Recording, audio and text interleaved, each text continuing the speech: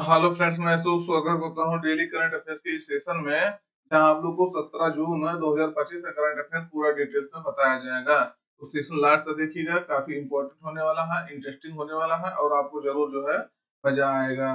तो सेशन जो है आज का पहला क्वेश्चन सेशन का है। ये जो है पहला क्वेश्चन क्या कहेंगे, इसको जो है बताइए। अभी हम इसके बारे में जो है पूरा डिटेल्स में बताएंगे। पहला क्वेश्चन है, केंद्रीय विद्युत मंत्रालय ने जो है नए एयर कंडीशनरों यानी एसी की जो है परिचालन तापमान सीमा को जो है कितने तक जो है सीमित करने का प्रस्ताव दिया है। तो ये बताना है। अभी जो है केंद्रीय विद्युत मंत्रालय है जो मनोहर लाल खट्टर के अंतर्गत कार्य कर रहा है। ये पूछ रहा है जो एसी है उसके परिचालन जो होता है, संचालन होता है, ऑपरेशन होता है, वो चलता है, उसका तापमान को सीमा को निर्धारित करने की बात की है, ये प्रस्ताव दिया है। तो उस किसके किसके बीच में टेम्परेचर रखने का प्रस्ताव दिया गया है? 16 से 28 डिग्री सेल्सियस के बीच, या 18 से 30 डिग्री सेल्सियस के बीच, या 20 से 28 डिग्री सेल्सियस के बीच, या जो है 16 से लेकर के 24 डिग्री सेल्सियस के बीच में जो है टेम्परेचर रखने का प्रस्ताव दिया गया है। तो कितने दोस्तों जो है कितने के बीच में रखने का प्रस्ताव दिया गया है? ये जो है आपका 20 से लेकर के 28 डिग्री सेल्सियस तक जो है ये नया परिचालन जो है एसी के परिचालन का जो है टेम्परेचर मेंटेन करने का प्रस्ताव दिया गया है। अब कंपनियां जो भी एसी बनाएंगी वो टेम्परेचर इसी पर निर्धारित करके जो है एसी बनाएंगी, मतलब वो 20 से नीचे नहीं चलेगा और वो जो है 28 से ऊपर नहीं चलेगा। तो यानी अब जो है आपका मीडियम में जो है एसी चलेगा। तो केंद्रीय विद्युत मंत्रालय ने ऊर्जा बचाने और सार्वजनिक स्वास्थ्य की सुरक्षा के लिए जो है नए एयर कंडीशनरों की जो है परिचालन सीमा को 20 डिग्री सेल्सियस से 28 डिग्री सेल्सियस तक सीमित करने का प्रस्ताव दिया है। तो किसने किया है? केंद्रीय विद्युत मंत्रालय ने किया है। और क्यों किया है? जिससे ऊर्जा जो है बचे और सार्वजनिक स्वास्थ्य को जो है खतरा ना मिले हो। तो ऊर्जा कैसे बचेगा? ऊर्जा मान लीजिए आप 20 डिग्री सेंटीग्रेड पर एसी चला रहे हैं वर्तमान समय में, और कभी जो है आप 16 डिग्री सेंटीग्रेड पर चला रहे हैं, और ये 4 डिग्री सेंटीग्रेड घटाने में जो है काफी सारे एनर्जी जो है लॉस होता है। और क्या हम हमको लगता है क्या जरूरी है कि आप जो है 16 डिग्री सेंटीग्रेड में चला करके इसको एसी को, और आप रजाई जो है ओढ़ करके सोइए, या जो है कंबल ओढ़ करके सोइए? क्या जरूरी है 16 डिग्री सेंटीग्रेड टेम्परेचर करके? इससे जो है आपके हेल्थ को जो है समस्याएं होती है। जैसे मान लीजिए वर्तमान समय में इतना गर्मी है, आप एसी में है, 16 डिग्री सेंटीग्रेड टेम्परेचर में कार्य कर रहे हैं, रह रहे हैं, और बाहर जाएंगे आपको 38 डिग्री, 45 डिग्री, 32 डिग्री, मतलब 32 का इस समय जो है 38 के आसपास जो है आपको मिल जाएगा, 38 डिग्री, 42 डिग्री ऐसे कुछ मिलेगा। तो मतलब ये बताइए, इतना डिग्री अगर इतना गैप आएगा तो आपको शरीर को क्या नहीं नुकसान होगा? तो इसीलिए जो है इसको ऊर्जा इससे बचत होगी, ग्रिड पर जो लोड पड़ता है वो लोड कम होगा, और इन्वायरमेंट को जो है लाभ होगा, क्योंकि जो कार्बन डाइऑक्साइड का उत्सर्जन होता है वो उत्सर्जन कम होगा जब ये ये जो है कम एनर्जी पे चलेगा। तो इससे कई सारे लाभ होने वाले हैं, और निश्चित रूप से हमारे हिसाब से इसको करना चाहिए। और आपके हेल्थ के लिए भी जो है इम्पोर्टेंट है, क्योंकि मैं जो है पढ़ ही रहा था, तो इसमें कह रहा था कि अगर आप ज्यादा जो है इसमें लो टेम्परेचर पे रहते हैं एसी में, तो आपको जो है हाई ब्लड प्रेशर होने की संभावना है, और हाई हाई ब्लड प्रेशर से आपको जो है हार्ट की समस्या होने की संभावना है। ये भी जो है इसमें इस जो है इसमें बताया गया है पैराग्राफ में। तो इसमें नया दिशा निर्देशों के अनुसार जो है घरों, होटलों और वाहनों में जो है जो व्हीकल्स होते हैं उसमें उपयोग की जाने वाली सभी नई इकाइयों में जो 20 डिग्री सेल्सियस से 28 डिग्री सेल्सियस के बीच जो है डिफॉल्ट एसी सेटिंग अनिवार्य होगी। तो ये जो नई इकाइयां बनेगी, नई भी जो है जितने एसी अब आएंगे, चाहे जहाँ, चाहे घर में लगने वाले, चाहे होटल में, चाहे वाहन में, व्हीकल्स में, आप जानते हो कार वगैरह भी एसी जो है पूरा हम इस गर्मी में चलता रहता है। तो उससे क्या होता है, बहुत ज्यादा जो है इन्वायरमेंट को नुकसान होता है जो इतना कम टेम्परेचर पे चलता है, और ग्रिड पर बहुत ज्यादा लोड पड़ता है। जितना ज्यादा कम पर चलाएंगे उतना जो है इन्वायरमेंट को नुकसान होगा, CO2 का उत्सर्जन होगा, ग्रीन हाउस गैसों का उत्सर्जन होगा। इससे जो है इन्वायरमेंट को भी जो है काफी प्रभावित होना पड़ेगा। और जब कम पे चलाया जाएगा तो जो है इससे कम प्रभाव होगा। तो ये सब जो है इसी को देखते हुए ये सरकार ने जो है ऊर्जा बचाने के लिए, उत्सर्जन में कमी करने के लिए, और दक्षता बढ़ाने के लिए, स्वास्थ्य के प्रति जागरूकता बढ़ाने के लिए, और शीतलन जागरूक करने के लिए इसको जो है किया गया है। और ये वैश्विक लेवल पर जो है एक आदर्श वैश्विक अभ्यास भी है। जैसे जापान के 28 डिग्री सेल्सियस डिफॉल्ट जैसे वैश्विक उदाहरणों का अनुसरण करते हुए तो वहाँ जो है ये 28 डिग्री सेंटीग्रेड पर कर दिया गया है जापान में। तो कई सारे जो है चीजों को देखते हुए सरकार ने डिसीजन लिया है कि इसको जो है अब मेंटेन कर दिया जाए 20 से लेकर के 28 डिग्री सेल्सियस पर। और देखिएगा किस तरह से ऐसी जो है हम लोग चलाते हैं। और अगर लगभग अभी इंडिया में लगभग 6% लोग एसी सिर्फ चलाते हैं, सोचिए इतना ज्यादा प्रभावित होगा। और कहीं यही 25-30% लोग चलाने लगे तो सोचिए कितना प्रभाव होगा एनवायरमेंट पर। अगला क्वेश्चन है, फूड ट्रिम स्टार्टअप द्वारा जो है विकसित भारत की पहली एजेंटिक सॉरी एआई प्रणाली, इसका नाम क्या है? ये एजेंटिक जो है एआई प्रणाली है, इसका जो है नाम क्या रखा गया है? वो भी फूड ट्रिम स्टार्टअप द्वारा। तो इसका नाम रखा गया है कृति। क्या रखा गया है? कृति। तो क्या है इसकी विशेषता, देख लेते हैं। तो हाल ही में भारत का पहला एजेंटिक आर्टिफिशियल इंटेलिजेंस एआई जो है कृति नाम से जो है फूड ट्रिम स्टार्टअप द्वारा लॉन्च किया गया है। ये क्या है स्टार्टअप, इसको ध्यान रखना है। यह अगली पीढ़ी का जनरेटिव है, यानी जनरेटिव एआई यानी जन एआई आर्टिफिशियल इंटेलिजेंस टूल है, जो सिर्फ जानकारी देने से कहीं आगे जाता है। और कृति जटिल कार्यों को प्रबंधित करने, निर्णय लेने और उपयोगकर्ताओं को जो है और संगठनों के लिए समस्याओं को जो है हल करने के लिए स्वतंत्र रूप से कार्य कर सकता है।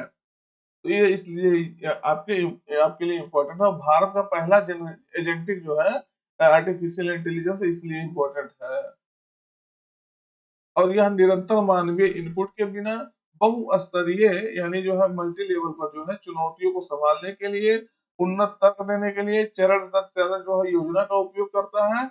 और यह रणनीति बनाने और जो है अपने दम पर कार्यों को जो है पूरा करने के लिए विभिन्न स्रोतों से जो है बड़ी मात्रा में डेटा को जो है संबोधित करता है, डेटा को जो है संसाधित करता है, सॉरी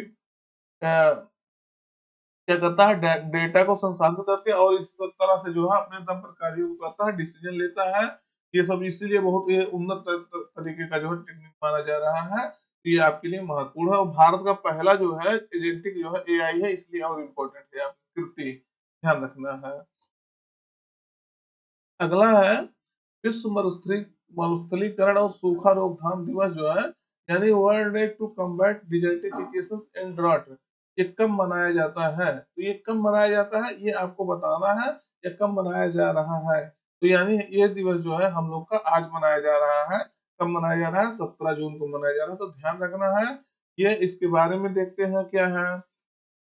तो जो है ये world day to combat desertification dot जो है 17 जून को मनाया जाता है। ये 1994 1994 से यह दिवस जो है मनाया गया था, क्योंकि जो है मरुस्थलीकरण को रोकने के लिए विश्व लेवल पर एक जो है इसी 1994 में जो है समझौता हुआ था, तब से यह दिवस मनाया जा रहा है।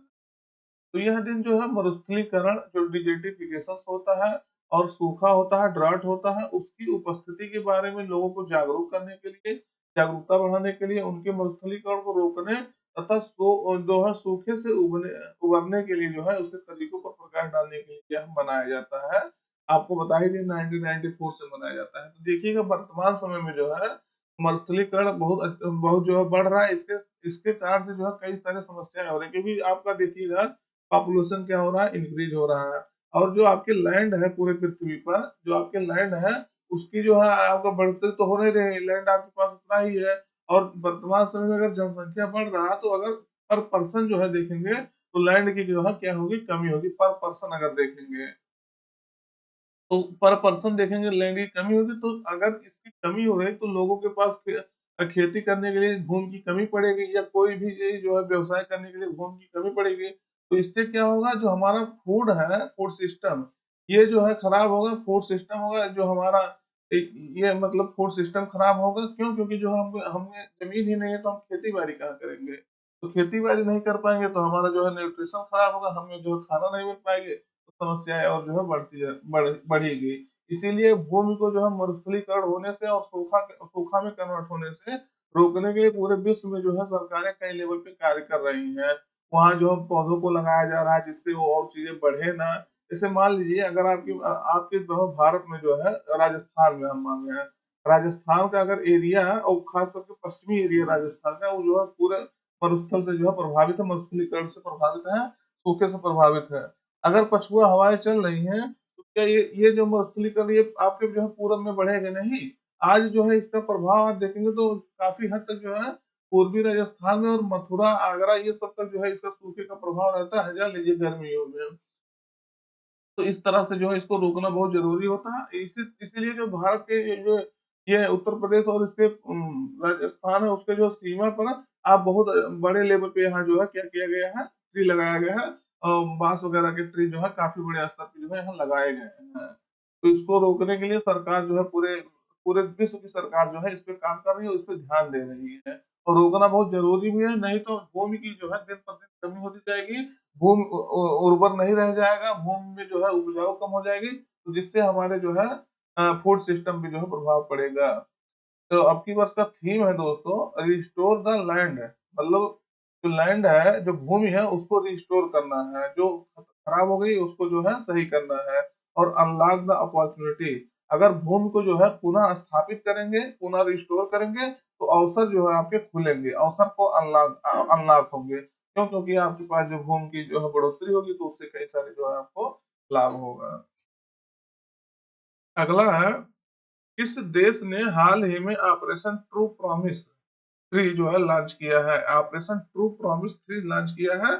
किस देश ने किया है? इजराइल, ईरान, रूस, यूक्रेन। तो इसने किसने किया है? ईरान ने जो है ये जो क्या किया है, ऑपरेशन लॉन्च किया है, वो भी किसके खिलाफ किया है? इजराइल के खिलाफ किया है। अभी आपको पता होगा, कल 2 दिन पहले, शायद 2 या 1 दिन पहले, हम आपको ऑपरेशन राइजिंग लाइन बताए थे। जो ऑपरेशन राइजिंग लाइन था, ये कौन चलाया था दोस्तों? ऑपरेशन राइजिंग लायन, ये कौन चलाया था? ये आपका इजराइल चलाया था, जो ईरान के परमाणु संयंत्र हैं उनको जो है निशाना बनाने के लिए उन इसको इजराइल ने चलाया था। और देखेंगे अभी कुछ ही पहले जो है, 2 दिन पहले शायद, क्या हुआ है, ईरान के जो चीफ हैं, आर्मी चीफ है, उनकी डेथ भी कर दी गई है इसी में। तो दोनों देश जो है अभी तक बहुत ज्यादा संघर्ष कर रहे हैं। इसी का बदला लेने के लिए जो है किसने, ईरान ने जो है ऑपरेशन ट्रू प्रॉमिस चलाया है। तो देखते हैं, ईरान ने जो है ऑपरेशन ट्रू प्रॉमिस 3 जो है शुरू किया है, जिसके तहत इजराइल पर सैन्य हमले जो है तेज कर दिए गए हैं। तो इजराइल को जो है जवाब देने के लिए, उस पर हमले करने के लिए ईरान ने ऑपरेशन ट्रू प्रॉमिस चलाया है। तो ऑपरेशन ट्रू प्रॉमिस क्या है? यह ईरान का जो है नवीनतम जवाबी सैन्य अभियान है। यही चीज मैं बता रहा हूँ, इजराइल को जो है जवाब देने के लिए ईरान ने ये जो है चलाया है, ये अभियान चलाया है। जो अपने परमाणु और जो है कमांड सुविधाओं पर जो है इजरायली हवाई हमलों के जवाब में जो है इजरायली शहरों और बुनियादी ढांचे को जो है निशाना बनाया गया है। अभी कल ही जो है न्यूज देख रहे थे, तो इजराइल के जो है पीएम है, वो जो है नेतन्याहू, वो इस समय बंकर में घुस गए हैं। इतना जो है हवाई हमले तेज हो गए हैं दोनों के बीच में, कि वहां के पीएम को भी जो है बंकर में घुसना पड़ रहा है। तो ईरान के जो सर्वोच्च सैन्य नेतृत्व के दिशा निर्देश पर ईरान की इस्लामिक रिवोल्यूशनरी गार्ड कार्प्स द्वारा जो है इसको प्रक्षेपित किया गया, इस अभियान को चलाया गया है। तो ये चीज हम आपको बता ही थी, इजराइल अभी जो है ऑपरेशन राइजिंग लाइन चलाया था, जो ईरान के जो परमाणु संयंत्र है उसको निशाना बनाने के लिए, उनको जो है नेस्तनाबूद करने के लिए। तो ध्यान रखना, ये दोनों देश के बीच में इस समय संघर्ष चल रहा है। अगर देखेंगे तो पिछले 2-3 साल में जो है आपस में कई सारे देश जो है, जैसे अभी इंडिया पाकिस्तान हो गया, इंडिया और पाकिस्तान हो गया, इसके पहले आपका रूस और यूक्रेन हो गया, उसके पहले अभी जो है इजराइल और ईरान चल ही रहा है आपका समस्या। और उसके बाद आप जो है इधर देख ही चुके थे, इजराइल और हमास ये सब जो है किस तरह से लड़ रहे थे। उधर बीच जो है आपका अर्मेनिया, अजरबैजान लड़ते रहते हैं। तो काफी समस्याएं जो है पूरे विश्व में जो है देखने को मिल रही है। इधर जो है रूस, सॉरी रूस कह रहे हैं, रूस तो आपको पता ही नहीं, चीन जो है दक्षिण चीन सागर में जो है अपना वो करता है, इसके कारण से समस्याएं होती है। तो पिछले 2-3 सालों में जो है देखेंगे तो कई कई सारे समस्याएं जो है युद्ध को लेके हो रहे हैं, जिससे वैश्विक लेवल पे जो है समस्याएं पैदा हो गई हैं, हर चीज के लिए समस्याएं। तो दोस्तों अगला क्वेश्चन देखते हैं, कृषि मंत्रालय द्वारा जो है कृषि क्षेत्र में टेक्नोलॉजी को जो है बढ़ाने के लिए कौन सा कॉन्फ्रेंस आयोजित किया गया है? तो कौन सा कॉन्फ्रेंस आयोजित किया गया है जिसमें कृषि क्षेत्र में जिससे टेक्नोलॉजी को जो है बढ़ावा मिले? तो एग्री स्टेक कॉन्फ्रेंस जो है अभी हाल ही में दिल्ली में जो है किया गया है। कहाँ किया गया है? न्यू दिल्ली में किया गया है। जिससे क्या हो, कृषि क्षेत्र में टेक्नोलॉजी बढ़े। तो देख देख लेते हैं इसके बारे में क्या है, क्या विशेषता है इसकी। तो हाल ही में कृषि मंत्रालय द्वारा जो है नई दिल्ली में एग्री स्टेक कॉन्फ्रेंस जो है एग्री है एग्री स्टेक कॉन्फ्रेंस का आयोजन किया गया है। तो यह क्या है एग्री स्टेक पहल? एग्री स्टेक इनिशिएटिव जो है 2021 में शुरू किया गया था सरकार द्वारा। जो ग्रीन एग्रीकल्चर है, ग्रीन एग्रीकल्चर मिशन है, उसके तहत इसको शुरू किया गया था। तो यह सरकार का एक प्लेटफॉर्म है।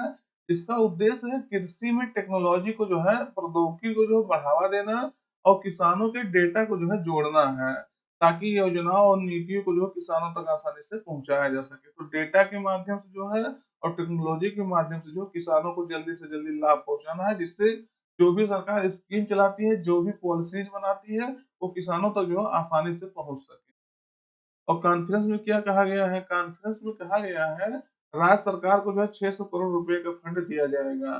तो इसमें जो है 600 करोड़ में 400 करोड़ का राज्य के किसानों की रजिस्ट्री करने के लिए होगा और 200 करोड़ रुपए जो है डिजिटल क्रॉप सर्वे के लिए होगा, जो डिजिटल रूप से जो है फसल जो हमारे यहाँ उसका सर्वे करने के लिए किया जाएगा।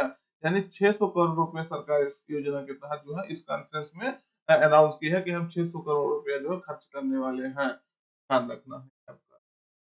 अगला है अगला है किस राज्य सरकार द्वारा जो है पर्यावरण बहाली कार्यक्रम बिथुट जो है शुरू किया गया है? तो ये किस राज्य सरकार द्वारा शुरू किया गया है, ये आपको बताना है। किसने शुरू किया है दोस्तों?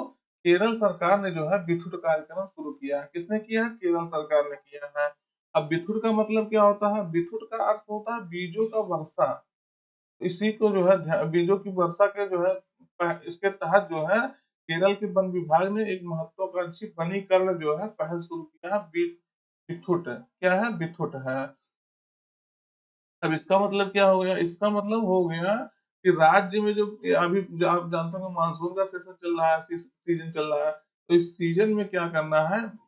एक जो है एक ऐसे छोटा सा गोला बनाना है, किसका? मिट्टी का, किसका? सॉयल का। और उसमें जो है किसी चीज का बीज डाल करके उसको जो है हवाई सर्वेक्षण के द्वारा हवाई हवाई माध्यम से जो है जहाँ खाली स्थान मिल रहा है वहां जो उसको फेंक देना है। तो देखिएगा वही इसका उद्देश्य है, राज्य के जंगलों और खाली पड़ी भूमि पर जो है बीज वाल्स वही मतलब जो है एक गोला बना करके मिट्टी का उसमें बीज डाल करके बीज वाल्स को हवाई माध्यमों से जो है फैलाकर पारिस्थितिक पुनर्स्थापन करना। तो मतलब ये आसान होगा ऐसे करने में, लेकिन हमारे हिसाब से वो उतना उपजाऊ नहीं रहेगा। एक पेड़ जब उसको जमीन में जो है बढ़िया से वो करके जो है लगाया जाता है, वृक्षों को उसका देखभाल करके वो उपजाऊ ज्यादा होता है और ज्यादा सही होता है। लेकिन नहीं कुछ करने से अच्छा यही किया जा रहा है, तो कम से कम कुछ हद तक लाभ मिलेगा। इस समय मौसम जो है सीजन कैसा है? बरसात का। तो कुछ जो है पौधा थोड़ा सा अंदर तो अपने आप से जो है चला ही जाएगा। तो इसको ध्यान रखना है, इम्पोर्टेंट है आपके लिए। अगला है हाल ही में किसे जो है सबसे प्रभावशाली पर्यावरणविद यानी मोस्ट इन्फ्लुएंशियल एनवायरमेंटलिस्ट जो है अवार्ड से सम्मानित किया गया है। तो किसे जो है सम्मानित किया गया है मोस्ट इन्फ्लुएंशियल इन्वायरमेंटलिस्ट के रूप में? तो श्री श्री रविशंकर को, आचार्य प्रशांत को, या कुमार मंगलम बिरला को, या इनमें से कोई नहीं? तो सही उत्तर आपका रहेगा दोस्तों आचार्य प्रशांत को जो है। आचार्य प्रशांत के बारे में आप जानते होंगे, जो आईआईटी करके जो है वर्तमान समय में जो है साधु के रूप में जीवन जी रहे हैं। तो अच्छा खासा इनका जो है कई बार इंटरव्यू रहता है, कई बार जो है चीजों को बताते हैं, बहुत अच्छे लेवल पे जाकर के बताते हैं। तो इनको जो है इनके कार्यों के लिए आचार्य प्रशांत को सबसे प्रभावशाली पर्यावरणविद पुरस्कार यानी मोस्ट इन्फ्लुएंशियल इन्वायरमेंटलिस्ट अवार्ड से जो है सम्मानित किया गया है। और ग्रीन सोसाइटी ऑफ इंडिया द्वारा ये सम्मान दिया गया है, आचार्य प्रशांत को दिया गया है। तो यह पुरस्कार जो है आध्यात्मिक स्पष्टता को पर्यावरण जागरूकता के साथ एकीकृत करने और लोगों को जो है अस्थायी जीवन जीने के लिए जो है मार्गदर्शन करने में उनके काम के लिए जो है उन्हें दिया गया है यह पुरस्कार। तो जो क्यों दिया गया है? क्योंकि आध्यात्मिक स्पष्टता को जो है पर्यावरण जागरूकता के साथ इंटीग्रेट करके जो है बताने को लोगों को जो है उनके बीच जागरूकता बढ़ाने के लिए ये दिया गया है। अगला है हाल ही में जो है ब्रिक्स के 10वें भागीदार के रूप में जो है 10th पार्टनर कंट्री के रूप में जो है कौन सा देश शामिल हुआ है दोस्तों? तो इसमें जो है अभी इसके 10 पार्टनर कंट्री हो गए हैं और ये भी पार्टनर कंट्री का शुरुआत जो है 2024 से हुआ है, जब रूस के कजान में जो है इसका सम्मेलन हो रहा था। देखेंगे पार्टनर कंट्री का बनने से लाभ क्या है। पार्टनर कंट्री क्या है? जैसे मान लीजिए अगर मान लीजिए यहाँ 10 सदस्य हैं वर्तमान समय में ब्रिक्स में, 10 से 11 जो भी कहें, ब्रिक्स में 10 या 11 सदस्य हैं। वो जहाँ-जहाँ मीटिंग हो रहा है, जहाँ-जहाँ इनकी जो है मंत्री स्तरीय बैठक हो रही है, उसमें जो ये पार्टनर कंट्री है, उसमें ये जो है भाग ले रहे हैं इस बैठक में हमेशा। और इस बैठक में अगर भाग ले रहे हैं, तो क्या होगा इससे? इससे इनको जो है इसके बारे में धीरे-धीरे ये ऑब्जर्वेशन करेंगे, इनकी चीज़ों को सीखेंगे, इनको चीज़ों को जो है ऑब्जर्व करने की कोशिश करेंगे और भविष्य में जो है ये क्या होंगे, इसके मेंबर बन सकते हैं और पूरी संभावना है जितने भी पार्टनर कंट्री हैं, भविष्य में जो है मेंबर बन जाएँगे। धीरे-धीरे करके जो है इसके मेंबर बन जाएँगे। तो अभी जो है वियतनाम 10वें जो है पार्टनर कंट्री के रूप में इसमें शामिल हो गया है। तो हाल ही में वियतनाम ब्रिक्स के 10वें भागीदार देश पार्टनर कंट्री के रूप में इसमें शामिल हो गया है। भागीदारों की देशों की श्रेणी जो है हम आपको बताया ना 2024 में जो कजार में रूस के ब्रिक्स का समिट हुआ था वहाँ ये बनाई गई थी। और वर्तमान समय में अगर देखेंगे तो ब्रिक्स में जो है Vietnam, Nigeria, Uganda, Bolivia, Belarus, Kazakhstan, Cuba, Malaysia, Thailand, Uzbekistan ये सब जो है इसके पार्टनर कंट्री हैं। इसके यानी हर मीटिंग में, हर बैठक में जो है भाग ले रहे हैं। इसके जो है चीज़ों को सीख रहे हैं और भविष्य में जो है मेंबर हो सकते हैं। वर्तमान समय में जब ब्रिक्स की स्थापना हुई थी 2009 में, इसका फॉर्मेशन हुआ था। 2010 में इसमें यस जुड़ गया था, साउथ अफ्रीका जुड़ गया था, तब इसमें 5 ही देश थे 2010 तक। लेकिन वर्तमान समय में इसमें जो है ये पाँचों देश के साथ ब्राज़ील, रूस, इंडिया, चीन, साउथ अफ्रीका, इसके साथ में आपकी क्या है इजिप्ट, इजिप्ट मतलब मिस्र हो गया, इथियोपिया हो गया, इंडोनेशिया हो गया, ईरान हो गया, यूएई हो गया, ये सब भी इसकी जो है पार्टनर कंट्री सॉरी इसके मेंबर है। पार्टनर कंट्री तो आपके ये है, इसकी क्या है मेंबर है, तो इसको ध्यान रखना है, ये आपके लिए महत्वपूर्ण हो जाएगा। क्यों महत्वपूर्ण हो जाएगा? क्योंकि जो है ये आपसे क्वेश्चन पूछा जाता है इसके मेंबर्स कौन है और ये जो है वर्तमान समय में इसमें जो है इतने मेंबर हैं और 2009 में इसका जो है फॉर्मेशन हुआ था। ये बातें भी आपको ध्यान रखना है। और जब इसका पहला जो है सम्मेलन हुआ था, कहाँ हुआ था? ब्रिक्स समिट जो है रूस में हुआ था। ये भी आपको ध्यान रखना है। तो आज का करंट अफेयर्स तो वैसे समाप्त होता है, लेकिन हम लोग जो है रिवीजन कर लेते हैं। कल क्वेश्चन हम लोग क्या-क्या पढ़े थे, एक बार उसको हम सरसरी निगाह से देख लेते हैं, जिससे हमें जो है लंबे समय तक उसको याद रहे। करा ई स्पोर्ट्स वर्ल्ड कप 2025 के लिए जो है किसे वैश्विक राजदूत जो है ग्लोबल एम्बेसडर नियुक्त किया गया है? दोस्तों इसे जो है क्रिस्टियानो रोनाल्डो को जो है नियुक्त किया गया, जो पुर्तगाल के फुटबॉल प्लेयर हैं। इन्हें जो है सेकंड ये जो है एडिशन है जो है ई स्पोर्ट्स वर्ल्ड कप का, तो जहाँ जो सऊदी अरब में होने वाला है। अगला कह रहा है ब्लैक बॉक्स जो है कितने डिग्री सेल्सियस तक तापमान जो है सहन कर सकता है? तो ये जो है 1100 डिग्री सेंटीग्रेड के आसपास जो है टेम्परेचर सहन कर सकता है, जो अभी न्यूज में रहा है। और ये जो है नारंगी रंग का होता है, ना कि ब्लैक रंग का होता है, ये भी आपको ध्यान रखना है। हाल ही में तीसरी संयुक्त राष्ट्र महासागर सम्मेलन जो है इसकी मेजबानी संयुक्त रूप से जो है किन देशों द्वारा की गई है? तो फ्रांस और कोस्टारिका द्वारा किया गया है। और अगला जो है 2028 में जो सम्मेलन होने वाला है चौथा, ये कौन करेगा? तो आपका चीन है और साउथ कोरिया जो है इसको मिल करके जो है करेंगे, तो इसको ध्यान रखना है। आईसीसी हाँ, किस देश ने जो है आईसीसी वर्ल्ड टेस्ट चैंपियनशिप 2025 खिताब जो जीता है? तो दक्षिण अफ्रीका ने जो है ऑस्ट्रेलिया को हरा करके ये खिताब जीता है, टाइटल जीता है। इस राज्य सरकार ने जो है हाल ही में संधारण योजना शुरू किया है, तो आंध्र सरकार ने शुरू किया है, आंध्र प्रदेश सरकार ने शुरू किया है। अमेरिकी मेडिकल एसोसिएशन का अध्यक्ष बनने वाले भारतीय मूल के प्रथम व्यक्ति जो थे डॉक्टर श्रीनिवास मुखवाला थे, इसको ध्यान रखना है। और उसके बाद अगला है किस संगठन ने जो है रुद्रास्त्र एक हाइब्रिड वर्टिकल टेक ऑफ और लैंडिंग है यानी बिटॉल मानव रहित हवाई विमान विकसित किया है? तो ये आपके solar defence and aerospace limited ने इसको जो है विकसित किया है। तो दोस्तों आज के करंट अफेयर्स यहीं पर रखते हैं। सेशन कैसा लगा कमेंट करके बताइएगा और अपने मित्रों तक इसको जरूर शेयर करिएगा, तो जिससे जो है उनको ये जानकारी मिल सके कि हाँ इस तरह करंट अफेयर पूरे डिटेल्स में बताया जाता है। और चैनल को सब्सक्राइब करिएगा जिससे जो है आपको जो है चीजें पर डे जो है मिल सके। फिर मिलते हैं नए सेशन में। Thank you.